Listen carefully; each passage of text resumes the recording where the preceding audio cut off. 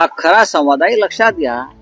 पहाटे 4 वाजता एक अस्वस्थ आत्मा, राजकारणात एक अस्वस्थ आत्मा पहाटे 4 वाजता त्याच्या पक्षाच्या प्रमुखांना भेटतात, म्हणजे अमित शहाना भेटतात. अस्वस्थ आत्मा पहाटे 4 वाजता भेटतो तेव्हा तो काय सांगेल?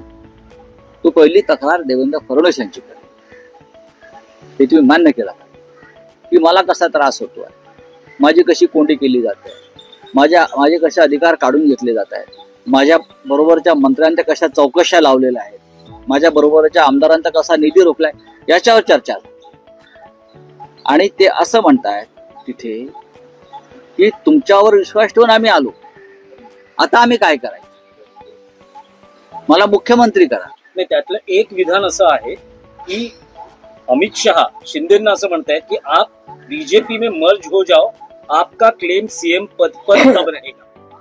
असं झालं नाही याचा इन्कार करावा वीर सावरकरांची शपथ घेऊन. मी दुसरं कोणाची सांगणार नाही बरं का. ही चर्चा झाली नाही अशा प्रकारे, हे त्यांनी सांगावं ना. पण राऊत साहेब, अमित शहा आणि शिंदे यांच्यातला हा संवाद आहे तो उघड कसा होतो? बघा, बऱ्याच गोष्टी उघड होत असतात. जसा झेलेन्स्की आणि ट्रम्प मधला संवाद उघड झाला, तो प्रसार माध्यमांसमोर तसा येतो ना.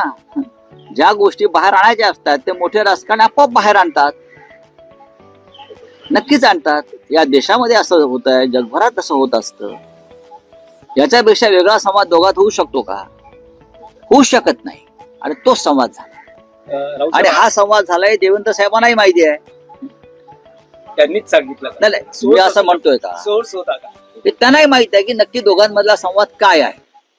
पहाटे 4 वाजता एक अस्वस्थ आत्मा, अतृप्त आत्मा जेव्हा भेटतो तेव्हा काय संवाद होऊ शकतो? नवीन घडामोडी पाहण्यासाठी आजच आम्ही मुंबईकर 24 तासला लाईक करा, सबस्क्राईब करा आणि अपडेट रहा.